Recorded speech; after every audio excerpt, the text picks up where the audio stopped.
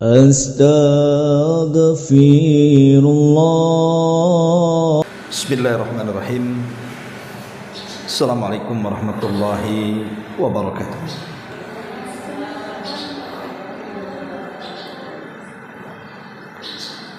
Alhamdulillah wassalatu wassalamu ala Rasulillah wa ala alihi wa sahbihi wa mawalah wa la hawla wa la quwata illa billahi wa ba'd. Terlanjutkan kajian kita masih membahas tafsir surah Al-Mursalat, dan kita masuk pada ayat ke 47 dan seterusnya. A'udzubillahi minasyaitonir rajim. Bismillahirrahmanirrahim. Wailun yawma idzin lil mukadzibin. Wa idza qila lahum irka'u la yarka'u. Wailun yawma idzin lil mukadzibin. Fa bi ayyi haditsin ba'dahu yu'minun. Celakalah pada hari itu, maksudnya pada hari kiamat, bagi mereka yang mendustakan kebenaran. Siapa para pendusta kebenaran? Orang-orang kafir. Apabila dikatakan kepada mereka orang-orang kafir, rukuklah kalian, maka mereka enggan dan tidak mau rukuk. Maka celakalah pada hari itu bagi mereka yang mendustakan kebenaran. Fabi ayyi haditsin ba'dahu yu'minun. Maka kepada bacaan mana lagi selain Al-Quran mereka akan beriman. Ma'asyiral muslimat yang dimuliakan Allah Subhanahu wa taala, 4 ayat ini menjelaskan tentang 2 amalan mulia yang sangat dibenci orang kafir. Pertama, salat, dan yang kedua, bacaan Quran. Karena di sini Allah Subhanahu wa taala menjelaskan kelak pada hari kiamat, ketika orang-orang kafir itu diperintahkan untuk ruku', maka mereka untuk ruku' dan juga untuk sujud mereka tidak sanggup melakukannya. Karena di dunia ketika mereka disuruh ruku' dan sujud mereka enggan melakukannya. Makanya Allah sebutkan dalam surah Al-Qalam ayat 42 itu, yauma yukshafu an saqin wa yud'auna ila sujudi fala yastati'u. Pada hari betis disingkapkan dan mereka dipanggil untuk sujud, maka mereka pun tidak kuasa untuk melakukan sujud. Karena kalimat wa idza qila lahum irka'u, apabila dikatakan kepada mereka orang-orang kafir rukuklah, maksudnya salat. Kenapa kemudian tidak langsung wa idza qila lahum sallu begitu? Kenapa diambil rukuknya saja? Karena di bagian salat yang paling mulia itu 2 tempat. Salah satunya ruku, kemudian sujud. Makanya ruku dan sujud itu tidak boleh diberikan kecuali kepada Allah. Makanya hati-hati ibu kalau salaman sampai membungkukkan seperti orang ruku, tidak boleh. Ya boleh membungkukkan tapi jangan seperti orang ruku. Karena tidak boleh ruku kecuali kepada Allah, apalagi sampai sujud. Karena saya lihat ada orang yang menganggap Anak itu kalau ingin berbakti kepada orang tuanya harus sujud di kakinya. Sujud tidak boleh diberikan kecuali kepada Allah Subhanahu wa taala. Ada beberapa penafsiran kalimat irka'u di sini. Maksudnya apa disuruh ruku di sini? Ada yang mengatakan bahwa yang dimaksud irka'u di sini kinayah daripada nasihat. Apabila mereka orang-orang kafir diberikan nasihat, mereka enggan menerimanya. Justru mereka sombong dan juga enggan untuk menerima nasihat, terutama apabila mereka disuruh untuk sholat dan bersyahadat. Ada juga yang mengatakan bahwa ayat ini turun kepada kabilah Tsaqif. Ketika dikatakan kepada orang-orang musyrik itu, salatlah kalian karena Allah dan takutlah kalian serta khusyuk kepada Allah. Mereka pun tidak mau salat dan mereka pun sombong. Intinya bahwa ayat ini menjelaskan kepada kita keengganan orang-orang kafir ataupun orang-orang musyrik untuk melakukan salat. Padahal orang yang banyak melakukan salat di dunia berarti dia orang yang paling banyak berdirinya. Maka sesiapa yang banyak berdirinya di dunia dengan cara salat, maka dia paling sebentar berdirinya kelak di padang mahsyar. Orang yang banyak berdiri di dunia dengan salat, maka akan sebentar berdirinya di padang mahsyar. Makanya hari kiamat dalam bahasa Arab itu disebut yaumul qiyamah. Kenapa disebut kiamat? Diambil dari al-qiyam. Qiyam itu berdiri artinya. Karena di antara makna yaumul qiyamah adalah dibangkitkannya manusia di padang mahsyar. Setelah dibangkitkan, maka mereka akan terus berdiri dan tidak akan pernah duduk, apalagi berbaring, selama 50.000 tahun. Tentu bagi orang kafir khamsina alfasana. Tapi bagi orang-orang yang beriman tentu sesuai dengan kadar dosanya. Jadi kalau dosanya banyak, ya boleh jadi dia akan lama berdirinya di padang mahsyar, karena secara otomatis juga hisabnya akan lama. Tapi yang sedikit maksiatnya dan banyak ibadahnya, terutama ibadah salat, maka ketika semakin lama berdiri di dunia dengan salat wajib dan sunnahnya, maka akan semakin sebentar berdirinya di padang mahsyar. Ma'asyiral muslimat yang dimuliakan Allah Azza wa Jalla, ketika manusia dikumpulkan di padang mahsyar, kemudian banyak peristiwa dan proses yang mereka akan jalani, sampai pada waktunya Allah mengatakan wa jaa rabbuka wal malaku saffan saffan, dan telah datang Rabbmu sementara malaikat berbaris bersaf-bersaf, artinya lurus bersaf-saf. Makanya kita sampai disuruh kalau sedang salat untuk membuat saf itu seperti safnya para malaikat. Kata Rasul, ala tasuffuna kama tasufful malaika. Kenapa kalian tidak berbaris bersaf-saf seperti barisan malaikat ketika mereka berbaris dengan sangat rapat dan sangat lurus? Lah ketika Allah Subhanahu wa taala datang menemui hambanya di padang mahsyar, dan itulah ru'yatullah, di mana Allah bisa tampak pertama kali, tentu bagi orang-orang yang beriman. Tapi bagi orang kafir akan terhalang.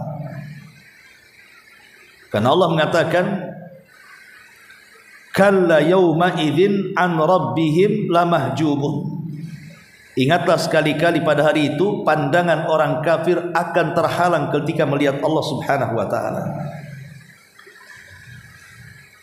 Lah ketika itu Allah Subhanahu wa taala merintahkan untuk menggeret jahanam. Kemudian ditampakkan di depan manusia yang ada di padang mahsyar sejak zaman Adam sampai yang terakhir nanti, untuk diperlihatkan betapa besarnya jahanam itu. Maka kemudian malaikat pun menggeret jahanam yang memiliki 70.000 tali kekang, di mana setiap tali kekang akan digeret oleh 70.000 malaikat. Kemudian dihadapkan, digiring persis di hadapan manusia. Disitulah Allah Subhanahu wa taala ketika hendak menampakkan betisnya, yauma yukshafu an saqin, pada hari betis disingkapkan, maka orang-orang yang beriman mereka pun langsung tersungkur sujud. Tetapi orang-orang munafik dan orang-orang kafir ketika mereka berusaha untuk sujud, mereka tidak bisa, justru sujud ke belakang. Seperti orang kayang itu, tidak bisa ke depan, malah ke belakang. Ya. Dari sini Allah mengatakan wa yud'auna ila sujudi fala yastati'un. Ketika mereka dipanggil untuk sujud, mereka pun tidak kuasa untuk sujud. Karena di dunia mereka tidak pernah sujud, maka di akhirat selamanya dia tidak sanggup untuk sujud. Ketika dikatakan kepada mereka rukulah kalian, artinya salatlah kalian. Dalam salat ada ruku, ada sujud. Tetapi ketika Allah mengatakan wa idza qila lahumur ka'u la yarka'un, mereka tidak mau ruku, artinya tidak mau salat. Makanya Allah Subhanahu wa taala sediakan satu neraka khusus kepada mereka yang disebut dengan saqar. Allah katakan dalam surah Al-Mudaththir 4244 itu, ma salakakum fi saqar qalu lam nakum minal musallin. Kenapa kalian bisa masuk ke neraka saqar, kata Allah? Maka mereka mengatakan karena kami di dunia tidak pernah sholat. Jadi inilah ibadah atau amalan mulia yang sangat dibenci orang kafir. Ini yang pertama. Tapi sebelum kita lanjut ke yang kedua, salat ini sedikit kita cerita faedah salatnya. Ma'asyiral muslimat yang dimuliakan Allah Subhanahu wa taala, apa sih sebenarnya rahasia di balik salat ini? Kenapa salat ini menentukan seseorang bisa ruku dan sujud pada hari kiamat dan menentukan kebahagiaan kita di hadapan Allah setelah kematian kita? Pertama, karena hikmahnya adalah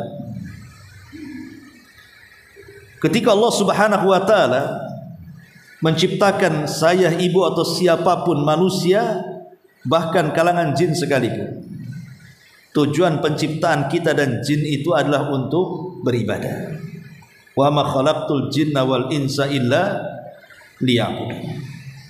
Tidaklah kuciptakan jin dan manusia kecuali kita disuruh untuk beribadah. Dan di antara ibadah, dari semua ibadah yang diperintahkan Allah, yang ada hubungan erat antara kita dengan Allah, bahkan terjadi dialog antara kita dengan Allah, adalah salat. Karena di situ terjadi dialog kita dengan Allah ketika membaca surah Al-Fatihah dalam salat. Karena apabila kita katakan alhamdulillahi rabbil alamin, maka Allah mengatakan asna alayya abdi. Kalau kita katakan ar-Rahman ar-Rahim, maka Allah akan katakan hamidani abdi. Kemudian ar-Rahman ar-Rahim asna alayya abdi. Kemudian maliki yaumiddin majjadani abdi. Jadi kalau kita katakan segala puja dan puji hanya milik Allah Rabb semesta alam, maka Allah akan mengatakan kepada kita, lihat hambaku sedang menyanjungku. Apabila kita katakan ar-Rahman ar-Rahim, Allah maha penyayang lagi maha pengasih, maka Allah katakan kepada kita, asna alayya abdi, lihat hambaku sedang memuja-muji aku. Apabila kita mengatakan maliki yaumiddin, maka Allah mengatakan majjadani abdi, lihat hambaku sedang membesar-besarkan dan mengagung-agungkan diri. Dan begitu setiap ayat dalam Al-Fatihah itu ada jawabannya. Kita sedang berdialog di situ. Ma'asyiral muslimat yang dimuliakan Allah Azza wa Jalla, artinya dari semua ibadah yang Allah perintahkan yang ada dialognya antara kita dengan Allah itu saat sholat. Artinya hubungan dekat kita dengan Allah itu saat kita dengan sholat. Makanya sholat disebut sholat karena silatun bainal abdi wa rabbi. Dia adalah tali penghubung kita dengan Allah subhanahu wa ta'ala. Kalau kita sholat berarti tali itu masih terhubung dengan Allah. Kalau kita meninggalkan sholat maknanya putuslah tali hubungan kita dengan Allah subhanahu wa ta'ala. Ketika terputus maka tidak ada penjagaan lagi dari Allah subhanahu wa ta'ala. Ini yang pertama. Yang kedua,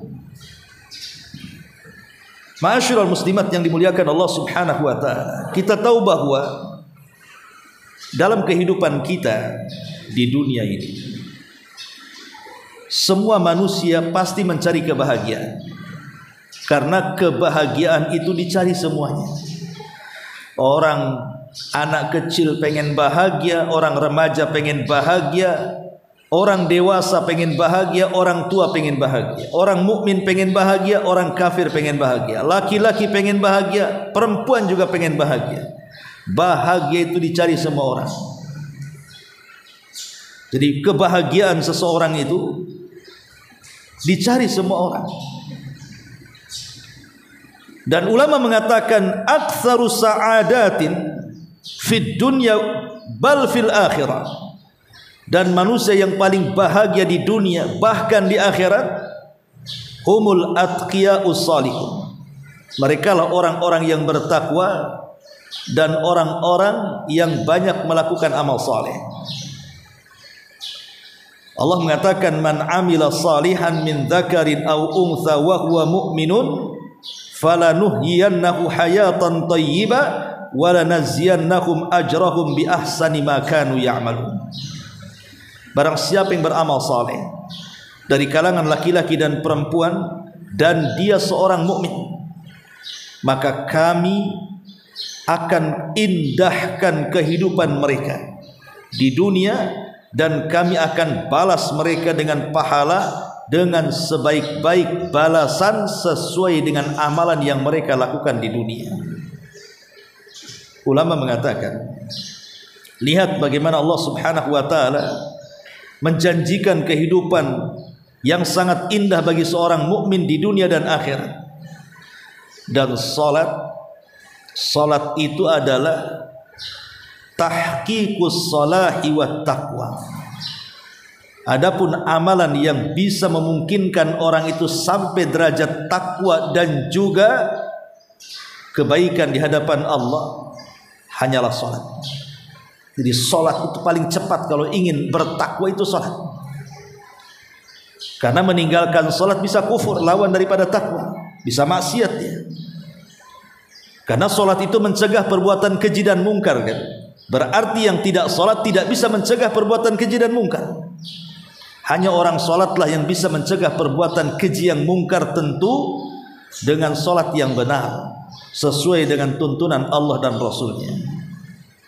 Lah ketika salat itu adalah ibadah yang paling mudah seseorang itu mencapai predikat takwa dan juga kesalehan, maka salat inilah sumber kebahagiaan manusia di dunia dan akhirat. Ini yang kedua. Yang ketiga, kita di dunia ini, saya, ibu atau siapapun, yang namanya sedih, yang namanya stres, yang namanya bingung, itu pasti meliputi kita setiap harinya. Namanya orang hidup, pasti ada stresnya kan Bu? Ada stresnya, ada bingungnya, ada sedihnya. Pastilah kita akan ditimpa perkara-perkara seperti itu. Makanya jangan sekelas kita, sekelas Nabi Ya'qub alaihi salam sampai mengatakan innama ashku bathi wa huzni ilallah. Sesungguhnya aku adukan kebingunganku dan kesedihanku hanya kepada Allah Subhanahu wa taala. Wa a'lamu minallahi ma la ta'lamu, dan saya tahu, wa a'lamu minallahi ma la ta'lamu, dan saya tidak mengetahui, dan Allah Subhanahu wa taala Maha mengetahui apa yang kalian tidak ketahui. Dan ulama mengatakan seafdol-afdolnya waktu untuk mengadukan masalah yang mendatangkan kebingungan dan kesedihan itu di waktu salat. Itu waktu saatnya kita mengadukan perkara-perkara yang kita tidak mungkin lepas dari perkara itu. Kenapa demikian? Karena bingung dan stres itu datang dari Allah. Dan Allah juga yang akan mengangkat kebingungan dan kesetresan itu.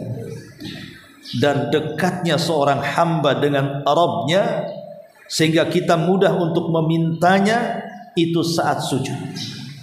Rasul yang mengatakan, aqrabu ma yakunul abdu min rabbihi wa huwa sajidun fa aktsirud du'a, kata Rasul.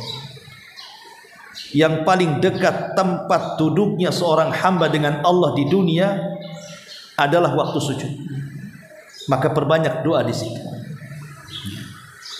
Jadi kalau seandainya kita ditimpa kebingungan, stres, sedih dan begitu seterusnya, tinggal sholat saja.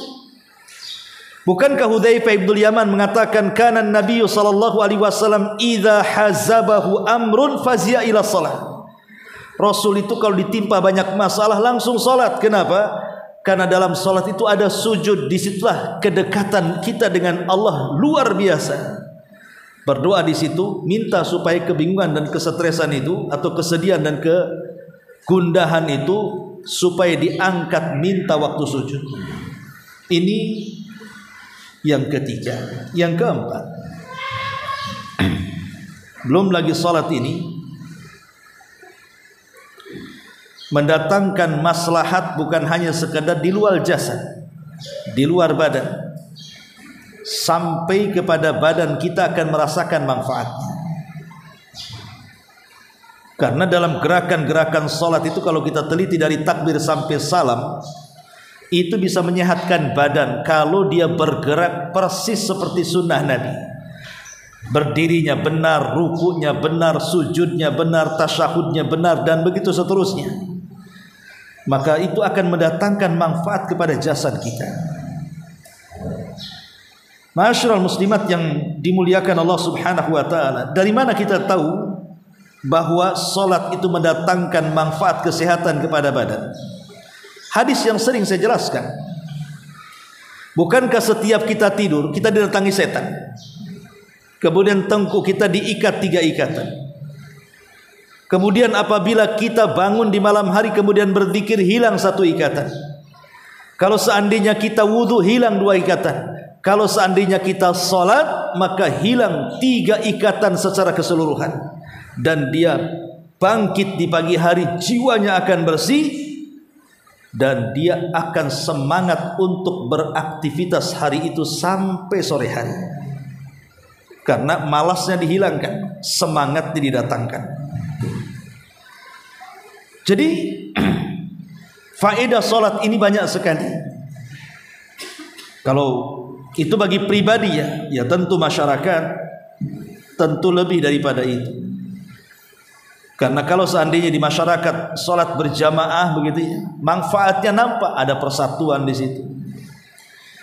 Bahwa Islam tidak mengajarkan perbedaan satu dengan yang lainnya. Kalau orang sudah masuk masjid, mau anda pejabat, mau anda orang kaya, mau anda presiden, tidak bisa nyerobot ke saf pertama kalau datangnya masbuk. Ya tetap saja di belakang.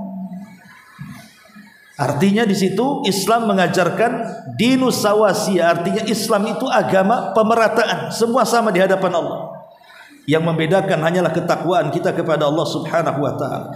Lah bayangkan ibadah yang banyak manfaatnya ini, orang-orang kafir tidak mau melakukannya. Wa idza qila lahumur ka'u la yarka'u. Ketika disuruh salat mereka tak mau salat. Ini di dunia, ibu-ibu yang dimuliakan Allah Subhanahu wa taala. Kalau kita melihat tentang faedah salat di akhirat, itu luar biasa. Apa saja faedah salat itu di akhirat? Kalau tadi kan kita bicara tentang faedah salat di dunia. Lalu apa faedah salat di akhirat? Pertama,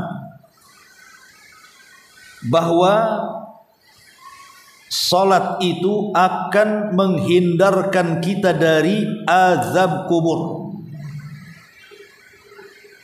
Ingat ketika kita membicarakan tentang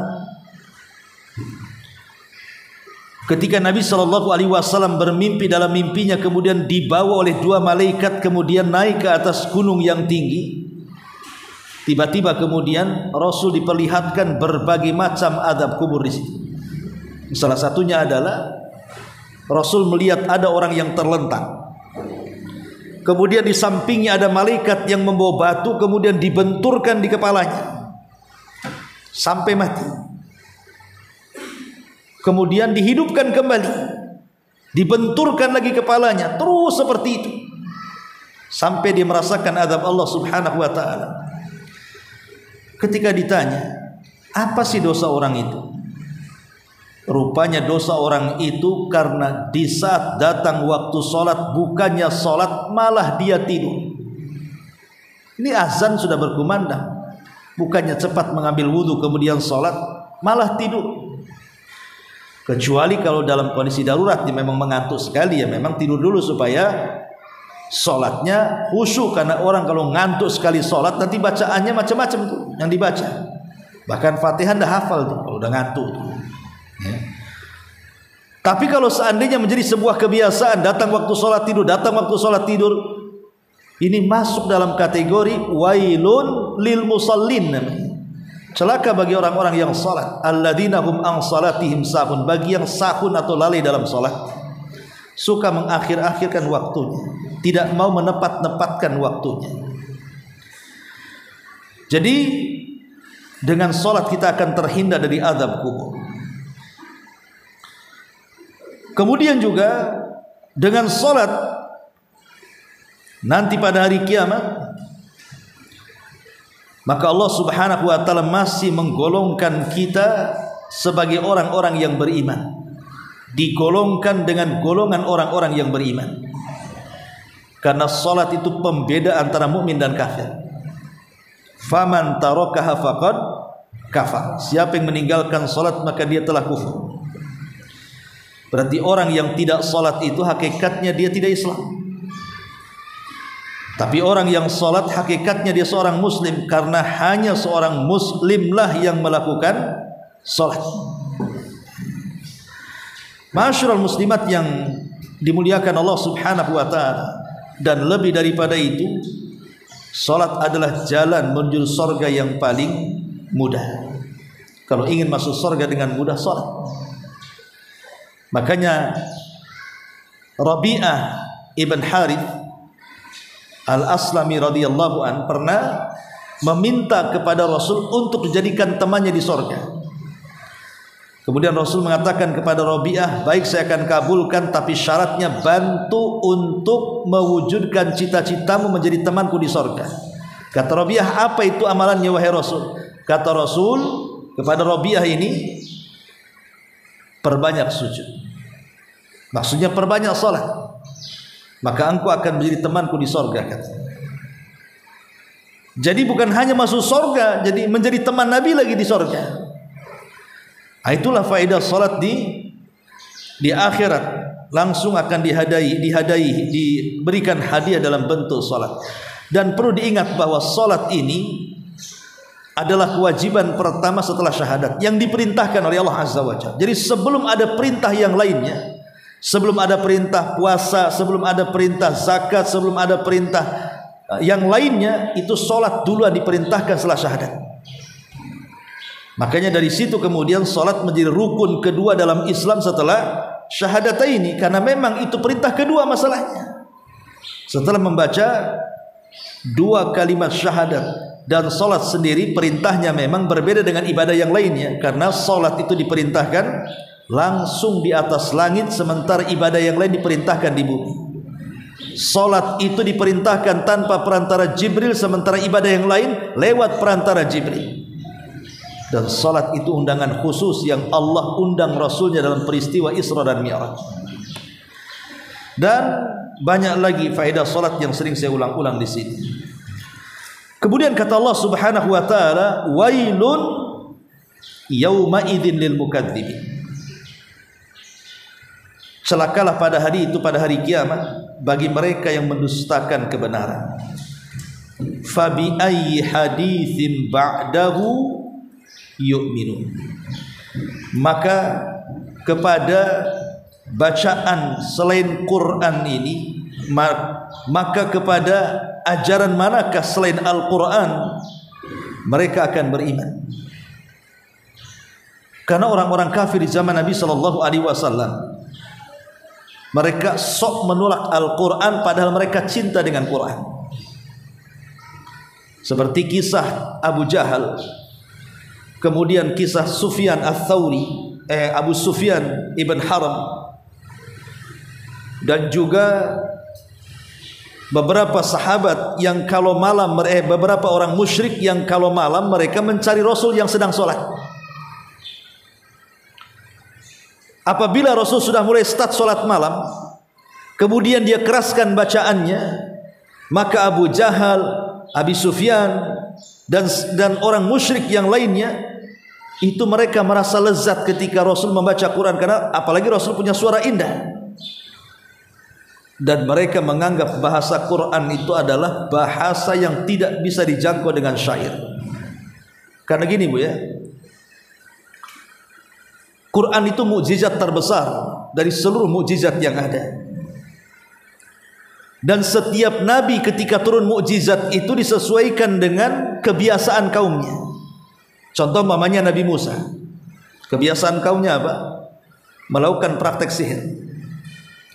Makanya Musa diberikan mukjizat yang mirip dengan sihir, padahal bukan sihir, itu mukjizat.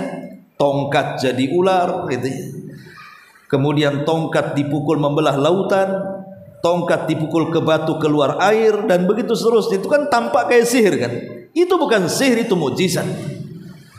Karena di zaman Nabi Musa terlampau banyak tukang-tukang sihir. Makanya Musa diberikan mukjizat dalam bentuk mirip dengan sihir, tapi tidak sihir, bahkan lebih hebat dibandingkan sihir. Karena itu mukjizat Allah Subhanahu wa taala. Atau contoh yang kedua, mukjizat Nabi Isa bin Maryam. Di zaman Isa kebanyakan penduduknya mereka suka meneliti kesehatan, meneliti dedaunan, meneliti akar-akaran pohon-pohonan gitu ya, buah-buahan untuk dijadikan racikan obat. Sehingga di zaman Nabi Isa bin Maryam itu banyak para tabib, banyak ditemukan obat-obatan yang bisa mengobati penyakit yang luar biasa. Makanya kemudian Isa pun mukjizatnya kurang lebih saja, menyembuhkan banyak penyakit, tapi ada yang tidak bisa disembuhkan oleh kaumnya. Apa itu? Kematian. Tidak bisa disembuhkan oleh kaumnya, tapi Isa dengan izin Allah bisa menyembuhkan orang mati.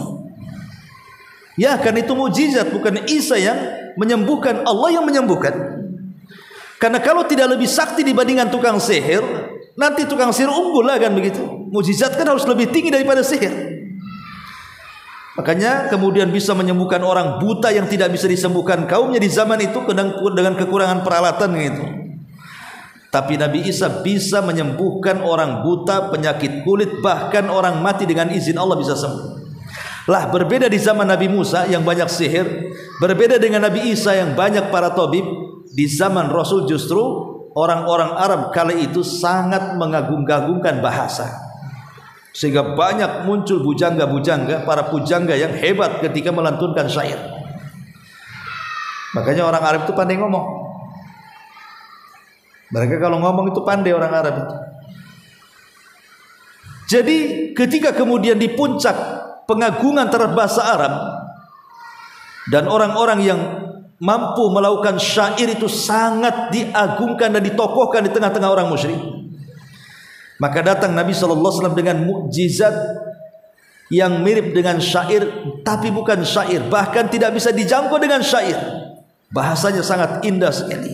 Itulah Al-Qur'anul Karim. Ma'asyiral muslimin, muslimat yang dimuliakan Allah Subhanahu wa taala, Al-Qur'an ini diturunkan kepada kita sebagai kitab hidayah. Hidayah bagi seluruh manusia. Syahrul Ramadhan alladzi unzila fihi al-Qur'an hudan linnasi wa bayyinatin minal huda wal furqan. Bulan Ramadan adalah bulan diturunkan Al-Qur'an, di mana Al-Qur'an itu menjadi petunjuk bagi manusia. Tapi di permulaan Al-Baqarah Allah katakan hudan lil muttaqin, bahwa Quran itu petunjuk bagi orang-orang yang bertakwa. Tapi di ayat yang lain petunjuk bagi orang-orang yang petunjuk bagi manusia. Maknanya secara umum Al-Quran itu mengkhitab semua manusia, tapi yang dapat mengambil manfaat dari Quran itu hanya orang-orang yang bertakwa. Itu maksudnya. Ya, secara umum Quran hidayah bagi manusia, tapi yang mengambil manfaat itu hanya orang-orang yang bertakwa. Orang kafir tidak mengambil manfaat. Padahal Quran ini pengaruhnya dahsyat. Pengaruh Quran luar biasa. Ya. Kalau seandainya Al-Quran ini diturunkan oleh Allah ke gunung-gunung, bukan kepada manusia, karena makhluk yang paling kuat di bumi itu adalah gunung.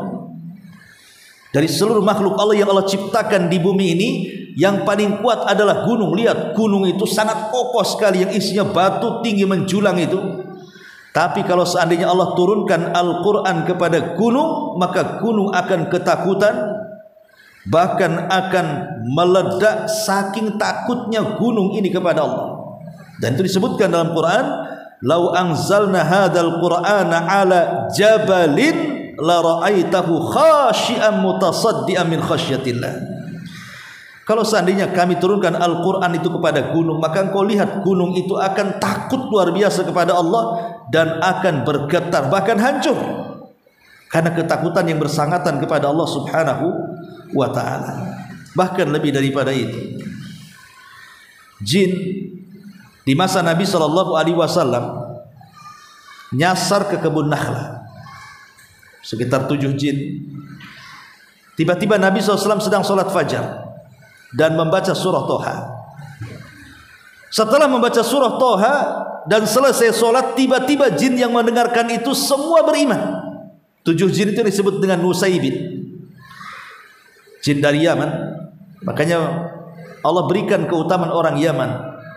Manusia dan jinnya dua-duanya dimuliakan Allah Azza wa Jalla. Manusianya dimuliakan karena orang-orang Ansar itu semua turunan Yaman. Dan di akhirat mereka lah ahlu Yaman yang akan pertama kali minum dari telaga Nabi. Begitu juga jin, di mana sahabat yang pertama dari kalangan jin 7 orang atau 7 jin, itulah jin Nusaybin. Dari mana Nusaybin? Kabilah dari Yaman. Jadi jin dan manusianya dimuliakan oleh Allah Subhanahu wa ta'ala. Ketika mendengar ayat Al-Quran, mereka pun langsung mengatakan kepada yang lainnya, diam, diam. Ini suara apa indah sekali. Maka semua jin yang 7 diam, kemudian mendengarkan dengan seksama.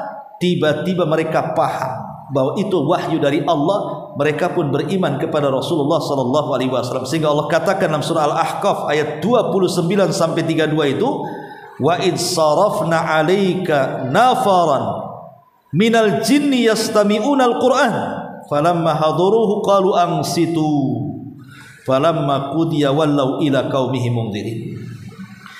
Dan ingatlah ketika kami palingkan beberapa jin itu menuju Nabi SAW dan mendengarkan bacaan Al-Quran. Ketika mulai Rasul baca Quran, qalu, sebagian mereka mengatakan ansitu, diam, diam, dengerin, dengerin. Akhirnya mereka mendengarkan dan langsung beriman. Ketika selesai mendengarkan dan beriman, mereka pun kembali kepada kaumnya dan mendakwahkan dakwah Islam, sehingga ribuan jin masuk Islam di saat para sahabat belum banyak masuk Islam. Jin sudah banyak dulu masuk Islam tuh dari kalangan sahabat Rasul. Dan tentu jin yang merupakan sahabat Rasul lebih mulia dibandingkan kita, karena kita bukan sahabat Nabi sallallahu alaihi wasallam. Lihat pengaruhnya Al-Quran kepada jin sampai diturunkan satu surat tersendiri namanya Suratul Jin. Qul uhiya ilayya annahu istama'a nafarun minal jinni faqalu inna sami'na qur'anan ajaba yahdi ila rusydi fa amanna. Sungguh telah diwahyukan, katakan ya Muhammad, telah diwahyukan kepadaku ada sekelompok jin yang mendengarkan Quran. Kemudian mereka mengatakan kami sedang mendengarkan Quran yang sangat menakjubkan, yang memberikan petunjuk kepada kebenaran, maka kami pun beriman dan kami berjanji untuk tidak menyekutukan Allah dengan siapapun. Lihat bagaimana Quran mempengaruhi bangsa jin. Bahkan air yang kita minum, coba ibu ambil satu botol aqua, kemudian kita bacakan Al-Fatihah 3 kali dengan setiap ayat ditiup, jadilah air ruqyah. Itu kalau diteliti air ruqyah itu sebagaimana yang pernah diteliti orang-orang Jepang dengan peralatan mereka, bahwa air yang dibacakan Quran dengan air yang tidak dibacakan Quran itu berbeda. Kalau air dibacakan Quran itu akan memadatkan molekul, bahkan akan menjadi detox untuk membersihkan penyakit. Jadi sebenarnya ibu-ibu bisa kalau membuat air ruqyah dengan cara apa? Ambil air seperti ini. Air seperti ini. Ini umpamanya air di gelas, ibu bacakan saja dengan niat untuk menyembuhkan. Setiap membaca auzubillahi minasyaitonirrajim bismillahirrahmanirrahim, tiup. Ya. Kemudian alhamdulillahirabbil alamin, tiup lagi. Setiap ayat tiup air itu. 3 kali surah Al-Fatihah ini sudah menjadi air ruqyah. Bisa digunakan untuk anak punya lagi sakit, ya kan?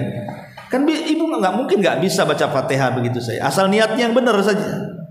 Ikhlaskan Allah Subhanahu wa taala dan minta kesembuhan lewat sebab air ruqyah tadi. Lah air ruqyah ini bisa menghilangkan racun. Itulah pengaruh Quran kepada air. Bahkan di dalam surah Al-Maidah ayat 83 Allah mengatakan, wa idza sami'u ma unzila ila rasul tara a'yunuhum tafidu minad dam'i mimma arafu minal haqq yaquluna rabbana amanna faktubna ma'asy syahidin. Dan apabila mereka mendengarkan apa yang diturunkan kepada Rasul, maksudnya Quran, kamu lihat mata mereka mencucurkan air mata disebabkan kebenaran Al-Quran yang telah mereka ketahui dari kitab-kitab sebelum mereka. Seraya berkata, ya Rabb kami telah beriman, maka catatlah kami bersama orang-orang yang menjadi saksi atas kebenaran Al-Quran dan kenabian Nabi Muhammad SAW. Ayat ini ada sebab nuzulnya, surah Al-Maidah 83 itu. Jadi ketika para sahabat hijrah pertama sebelum ke Madinah kemana? Ke Habasyah. Rasul hijrah 2 kali ke sana. Para sahabat hijrah 2 kali ke Habasyah. Ketika ada pensyariatan hijrah ke Madinah, maka Rasul meminta seluruh para sahabat yang ada di Habasyah untuk ke Madinah. Karena Allah sudah menentukan tempat hijrah. Maka semua sahabat yang ada di Habasyah itu mereka menuju Madinah dan hidup di kota Madinah. Najasyi, Ashama ibn Afjur itu kan beriman sembunyi-sembunyi. Tidak ada kaumnya yang tahu Najasyi sudah beriman kan. Akhirnya Najasyi meminta kepada para rahib yang ada di Habasyah untuk datang ke kota Madinah dan untuk mendengarkan langsung Al-Quran yang dibaca Nabi. Maka berangkatlah 60 para rahib Nasrani dari Habasyah, Ethiopia menuju kota Madinah. Sampai di kota Madinah, mereka 60 rahib itu berjumpa dengan Rasul. Kemudian meminta agar Rasul membacakan Quran kepada mereka. Maka Rasul mulai membacakan Al-Quran di hadapan rahib-rahib yang datang dari Ethiopia itu. Entah kenapa dan siapa yang menggerakkannya, tiba-tiba para rahib itu mencucurkan air mata sampai membasahi janggutnya. Dari sini turun ayat ini. Allah katakan dalam surah Al-Maidah ayat 83, wa idza sami'u ma unzila ila rasul tara a'yunuhum tafidu minad dam'i mimma arafu minal haq. Dan apabila mereka mendengarkan apa yang diturunkan kepada Rasul, kamu lihat mata-mata mereka mencucurkan air mata disebabkan kebenaran Al-Quran yang telah mereka ketahui. Akhirnya mereka masuk Islam. Ya. Lihat bagaimana Quran itu mempengaruhi orang kafir, bisa mempengaruhi orang kafir, bahkan binatang sekalipun terpengaruh dengan suara Al-Quran. Di zaman para sahabat ada seorang sahabat namanya Usaid ibn Hudayr. Usaid ibn Hudayr radhiyallahu anhu, sebagaimana dikeluarkan Bukhari dan Muslim. Jadi satu malam Usaid ibn Hudayr ini membaca Quran dalam solat malamnya, dan dia adalah sahabat yang indah suaranya dan pakar dalam Quran. Jadi malam itu dia menghabiskan untuk solat malam dan membaca Quran dikeraskan. Masalahnya Yahya putra beliau itu sedang tertidur dan di sampingnya kandang kuda. Jadi dia tertidur di samping kandang kuda. Setiap kemudian Usaid ibn Hudayr salat membaca Quran, tiba-tiba kudanya ngamuk. Kudanya meringkik kemudian ngamuk, dan Usaid yang sedang salat pun khawatir dengan keselamatan si Yahya anaknya, karena tidur di dekat situ. Ya. Setiap dia berhenti baca Quran, kudanya pun ikut berhenti. Kemudian dia mulai baca lagi, mulai ngamuk lagi kudanya. Sampai akhirnya dia melihat ada cahaya yang nampak dari langit menuju dirinya. Akhirnya dia pun menghentikan sholatnya karena takut kondisi Yahya yang dekat dengan kuda tadi, putranya. Hal ini sampai kepada Nabi SAW. Kemudian Usaid bertanya, Rasul, waktu semalam aku sholat dan aku membaca Quran, kuda-kuda itu meringkik, bahkan mengamuk. Dan setelah aku hentikan bacaan Quran itu, tiba-tiba ada cahaya ikut terhenti juga. Ketika aku membaca, cahayanya semakin mendekat. Ketika aku berhenti juga cahaya itu. Maka Rasul mengatakan, tilkal malaikatu dan danat li sautika, itulah malaikat yang mendekat kepada suara. Cahaya itu adalah malaikat yang sedang mendekat cahaya kepada bacaan Quran. Kata Rasul, walau qara'ta la asbahta yamdurun nasu ilaiha la tatawara minhum. Kalau engkau terus membacanya dan terus membacanya, maka malaikat akan turun dari langit ke bumi dan manusia bisa menyaksikannya. Lihat bagaimana Quran itu mempengaruhi binatang, kan? Mempengaruhi gunung, mempengaruhi air, mempengaruhi orang kafir gitu ya. Bahkan mempengaruhi rahib-rahibnya Nasrani. Bahkan Quran juga mempengaruhi seorang yang beriman. Orang yang tadinya ahli maksiat kemudian belajar Quran, membaca Quran, akhirnya bertobat kepada Allah Subhanahu wa ta'ala. Lah Quran, bayangkan semenarik ini, mukjizat yang paling besar, orang-orang kafir tidak membacanya. Makanya wajar kalau Allah katakan, fabi ayyi haditsin ba'dahu yu'minun. Setelah Quran yang kau tidak mau baca itu, lalu bacaan apa yang akan kau baca selain Al-Quran yang bisa membuat orang beriman itu? Tidak ada, hanya Quran saja di zaman sekarang yang menjadikan orang beriman itu. Ya, maka ayat ini menjelaskan dua amalan yang paling dibenci orang kafir. Pertama salat, dan yang kedua Al-Quran. Bahkan ibu-ibu yang muliakan Allah Azza wa Jalla, ada satu kisah di zaman Umar bin Khattab radhiyallahu anhu. Ada gubernur yang menguasai Mekah. Gubernurnya kala itu namanya Nafi ibn Abdillah. Jadi ada seorang tabi'in di zaman itu namanya Nafi ibn Abdillah, itu gubernur kota Mekah. Dia safar karena ada sebuah hajat. Tiba-tiba ketika melewati Madinah dan sampai di sebuah tempat namanya Asfahan, jumpa pula dia dengan Umar. Umar kaget. Kau gubernur Mekah, ngapain kau tinggalkan Mekah? Siapa yang menggantikan di sana? Kata. Khawatir Umar ini. Ini kau pimpinannya keluyuran nih. Dia disuruh memegang Mekah malah keluyuran gitu ya bahasanya. Siapa yang menggantikan kau di Mekah? Kata. Maka Nafi bin Abdillah mengatakan, ada dulunya mantan budak kemudian ku merdekakan, dialah yang menggantikan aku sebagai wakilku di kota Makkah. Namanya Abdurrahman ibnu Abza. Umar bingung, siapa Abdurrahman ibn Abza itu? Nggak kenal dia, padahal wakil gubernur loh. Tidak mungkin kalau di zaman sekarang Pak Prabowo tidak kenal wakilnya kan, gubernur yang diletakkan di daerah-daerah itu. Memang Umar nggak kenal sama sekali siapa Abdurrahman ibn Abza itu.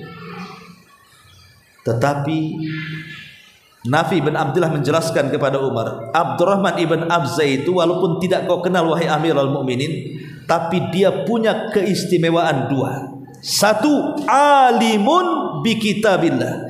Dua, alimun bi faraidillah. Dia pakarnya Quran dan dia pakarnya ilmu waris. Di zaman itu jarang orang menguasai ilmu waris kan, hanya beberapa para sahabat saja ya. Ketika orang bisa menguasai dua perkara ini, maka apabila dia memutuskan pasti keputusannya adil. Orang kalau sudah alim dengan Quran pasti akan berhukum dengan Quran. Orang kalau pakar dengan faraid yang ada dalam Quran, kalau ada masalah waris di tengah-tengah masyarakat, maka pasti akan dibagi dengan hukum Allah yang penuh dengan keadilan. Sehingga orang yang pakar dua-duanya kalau jadi pemimpin pasti membawa keadilan. Maka mendengar hal itu Umar pun langsung mengatakan, "Shadaqa Rasulullah sallallahu alaihi wasallam." Sungguh benar apa yang disabdakan Rasul, "Innallaha yarfa'u bihadzal kitaba aqwaman wa yadha'ul akharin." Sesungguhnya Allah terkadang mengangkat sebuah kaum dengan Quran atau merendahkan sebuah kaum dengan Al-Quran. Karena Al-Quran di zaman Rasul itu menjadi prioritas utama dalam kepemimpinan. Makanya Nabi kalau hendak mengutus pasukan khusus gitu ya, yang disebut dengan Sariyah, Rasul tidak ikut dalam pasukan itu. Maka yang dipilih menjadi pemimpinnya bukan dari skill perangnya. Bukan ditanya, bisa manah enggak kamu? Coba kau panah tuh. Bisa tombak enggak? Bisa pedang enggak? Bisa silat enggak? Enggak ditanya skill perang. Rasul hanya bertanya, kam hafidtu min kitabillah. Satu-satu pasukan ditanya, berapa hafalan? Berapa hafalan? Berapa hafalan? Semua ditanya. Saya sekian juz wahai Rasul. Saya sekian juz wahai Rasul. Oh, saya tidak hafal ya Rasulullah. Maka Rasul akan memilih di antara sahabat yang paling banyak hafalannya. Kemudian Rasul mengatakan, anta imamuhum. Kau yang banyak hafalannya, kau pimpin pasukan itu. Jadi barometer menjadi pemimpin di zaman Rasul bukan skill perangnya bagus, tapi siapa yang paling banyak hafalan Qur'annya. Kenapa? Karena pemimpin perang itu dia akan merangkap sebagai pemimpin sholat ketika melaksanakan tugas. Maka diambil yang paling banyak hafalan Quran. Makanya para sahabat berlomba-lomba untuk memperbanyak hafalan Quran supaya mereka menjadi pemimpin perang yang dipilih oleh Nabi Shallallahu Alaihi Wasallam. Karena itu sebuah kebanggaan mentaati Allah dan Rasulnya. Bahkan di zaman Nabi SAW ada seorang wanita, seorang Ansor. Rasul sedang membuat taklim seperti inilah, ngaji gitu ya di Masjid Nabawi. Datang orang wanita Ansor, kemudian berdiri di belakang para sahabat sambil mengatakan, ya Rasulullah, aku siap menghibahkan diriku untukmu. Dan ini khususiyah Rasul. Boleh Rasul itu mendapatkan hibah wanita tanpa menikah, langsung digauli. Khususiyah Rasul ya. Tapi umatnya tidak boleh, harus menikah, harus ada mahar baru halal. Ya, tidak boleh. Kalau bagi selain Rasul bukan nikah, namanya zina namanya. Tapi bagi Rasul boleh seorang wanita menghibahkan dirinya dan Rasul menerimanya. Tapi Rasul ketika itu tidak berkehendak kepada wanita itu. Sampai 3 kali wanita ini menawarkan dirinya, Rasul tidak mau. Akhirnya orang Ansor mengatakan, Rasul, kalau engkau tidak sudi dengan dia, kawinkan akulah dengan dia, katanya. Kata Rasul, kau mau nikah dengan dia itu kau punya apa? Kau pulang dulu ke rumah, cari benda-benda yang bisa kau buat mahar. Pergi dia ke rumah, tak ada barang-barang berharga di rumah. Balik lagi dan mengatakan, Rasul, aku tidak punya apa-apa kecuali sarung yang aku pakai. Zaman dulu kan pakaiannya kayak kain ihram itu. Lah kalau aku jadikan sarung ini mahar, telanjanglah aku. Tapi kalau aku tidak kasih mahar, tak jadi kawinlah aku, katanya. Kan bingung jadinya kan? Ya, dikasih mahar telanjang, tak kasih mahar tak jadi kawin. Akhirnya Rasul mengatakan, ya sudah kalau begini, pulang cari cincin walaupun dari besi. Kan cincin dari besi gampang saja, Bu. Ambillah di toko, di orang-orang bangunan itu kan ada besi-besi panjang, Bu. Yang besi 6, besi 8, tinggal gunting saja satu ruas jari, dilingkarkan jadilah cincin besi kan gitu. Tapi di zaman itu memang lagi susah, cincin besi pun tak ada. Dia datang kepada Rasul mengatakan, ya Rasul, sudah ku geledah tuh rumah saya itu, tak ada satupun cincin dari besi gitu. Kata Rasul SAW mengatakan, ya sudah, kam hafidta min kitabillah. Kalau gitu berapa hafalan? Hafidtu kada wa kada, hafidtu surata kada wa kada. Aku hafal surat ini dan surat itu wahai Rasul. Kata Rasul, idzan uzawwijuka bima ma'aka minal Qur'an. Kalau begitu, ku nikahkan engkau maharnya Quran yang ku hafal itu, ku ajarkan kepada calon istri. Lihat, akhirnya Quran jadi solusi kan. Orang yang tadinya dipikirnya tidak jadi nikah, ternyata bisa nikah dengan Al-Quran. Ma'asyiral muslimin, muslimat yang dimuliakan Allah Subhanahu wa taala. Makanya kemudian Al-Quran itu adalah kitab yang sangat dicintai Rasul, dan Rasul sangat mencintai orang yang membacanya. Sampai satu malam Rasul itu biasalah belusukan bahasa kitanya, malam-malam itu tengoklah ke rumah-rumah warganya di kota Madinah. Satu malam Rasul keluar belusukan, nengok rumah sahabatnya, dan kebiasaan para sahabat di malam hari itu sebagian besar mereka tidak tidur, karena tidur mereka sedikit, dan kebanyakan mereka qiyamul lail. Dan terdengar dari rumah-rumah kaum muslimin di kota Madinah itu suara Quran layaknya suara tawon bersautan satu dengan yang lainnya. Jadi dari rumah ini keluar suara Quran, dari rumah, pokoknya suara Quran itu di mana-mana, seperti suara tawon di malam hari. Tapi ada dari sekian suara yang muncul dari rumah-rumah kaum muslimin, ada satu rumah mengeluarkan suara yang paling indah dari semua suara yang didengar Rasul di sekitar rumah-rumah Madinah itu. Saking takjubnya Rasul, akhirnya Rasul mendekati rumah itu, kemudian berdiri di sampingnya sambil mendengarkan. Ya, bukan tajasus, tidak. Maksudnya Rasul berdiri saja mendengarkan suara dari dalam rumah yang sangat indah itu. Rupanya rumah itu adalah rumahnya Abu Musa al-Ash'ari radhiyallahu anhu. Jadi keesokan harinya Rasul memanggil Abu Musa al-Ash'ari dan mengatakan, ya Abu Musa, saya minta maaf semalam saya berdiri di samping rumahmu karena saya terkejut dengan suara-suara Qur'anmu yang sangat indah, katanya. Abu Musa kaget dan mengatakan, ya Rasulullah, kalau aku tahu engkau ada di samping rumahku dan mendengarkan aku baca Quran, ku indahkan kembali bacaanku, katanya. Itu belum seberapa, katanya. Kalau ku tahu kau mendengarkannya, ku indahkan lagi suara itu, wahai Rasul. Apa kata Rasul? Ya Aba Musa, la sautuka kamizmar min mazamiri ali Daud. Wahai Aba Musa, suara Quranmu persis seperti Daud ketika taranum dengan zaburnya, katanya. Saking indahnya. Lihat, Rasul saya tertekun suka dengan orang yang bagus suaranya kan, karena Quran itu sudah indah dan akan diperindah dengan bacaan yang indah. Makanya ketika Rasul pulang dari safar, Rasul, Abu Bakar dan Umar kemudian masuk ke Masjid Nabawi.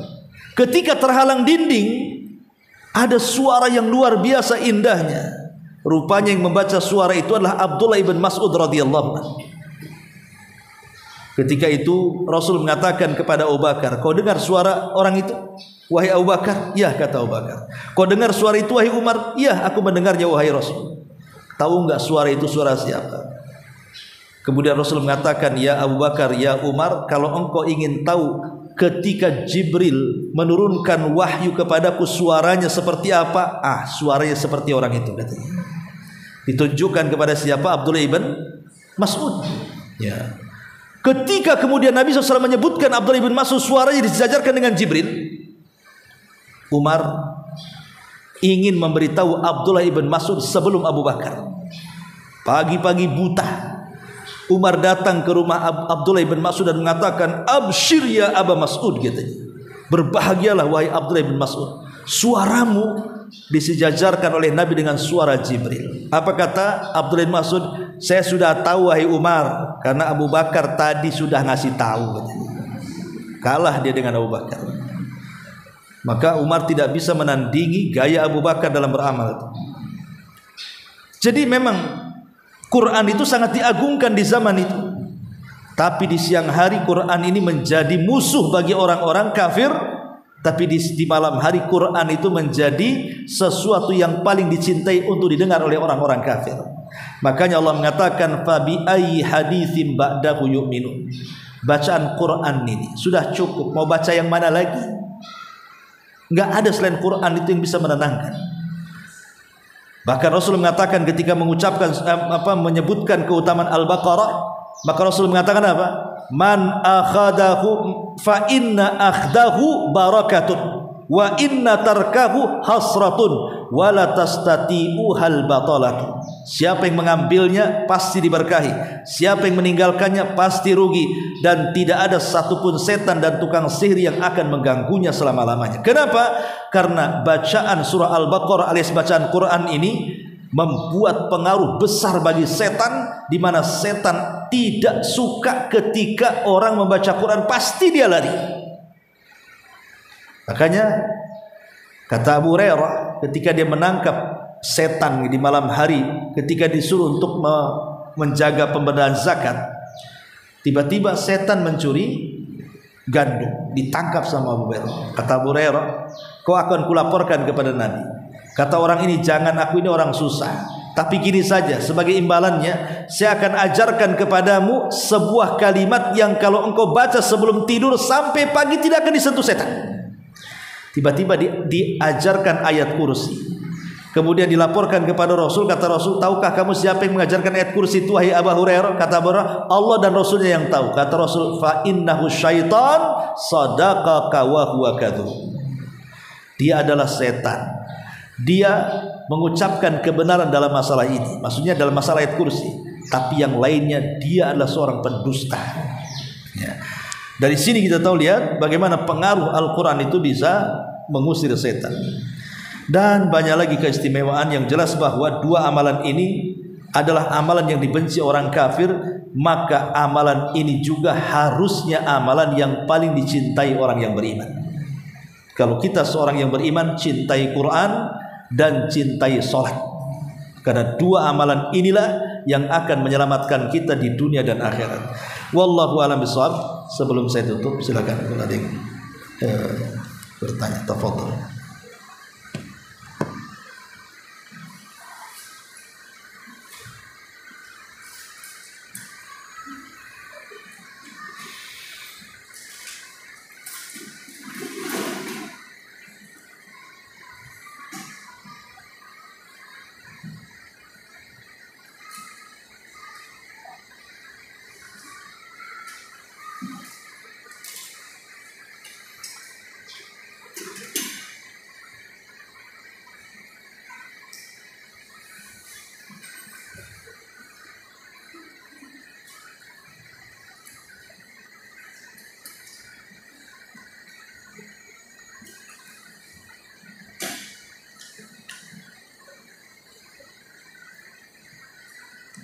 Ada? Tutup. Subhanallah bihamdika, asyhadu an la ilaha illa anta, astaghfiruka wa atubu ilaik. Allahu ta'ala alam. Assalamualaikum warahmatullahi wabarakatuh.